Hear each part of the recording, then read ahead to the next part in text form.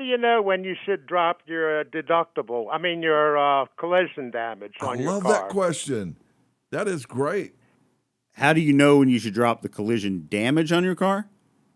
Right, Coverage. the collision coverage. Say you got a car that's over 10 years old Right. now.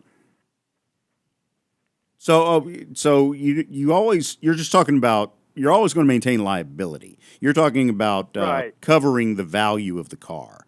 At some point, is it worth paying the insurance for an older car that is not going to cost a whole lot, that you either won't replace or that is not going to cost a lot to replace because maybe you've got And a friend I was- like Aaron that can help you fix it yourself for the parts. Well, I'm going to give an even more perfect example, Trey, because this is an actual scenario.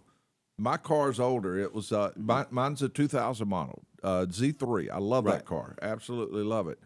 Well, I made the decision to drop my full coverage. I never got the full coverage. I only got liability because I said, well, if something happens, it probably won't pay that much anyway. Right. So I hit a deer, and I end up having to pay to fix my car myself.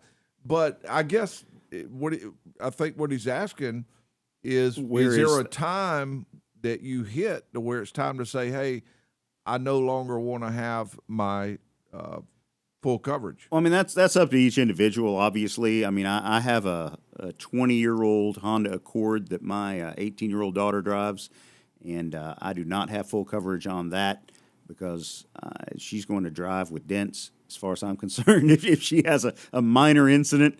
But, I mean, you always have to have the Georgia requirements for limits are 25, 50, 25 for liability. But as far as the value of your car, that's really up to the individual. Depends on how much they like the older car. A car will be totaled around 65 to 70% of its value.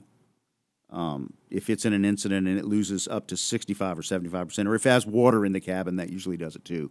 So those are things to consider. If you're looking at as a personal decision, I would probably put it at the same valuation as a total of maybe 65 to 70%. And then you calculate, how much longer you plan to have the car and what your premium is going to cost.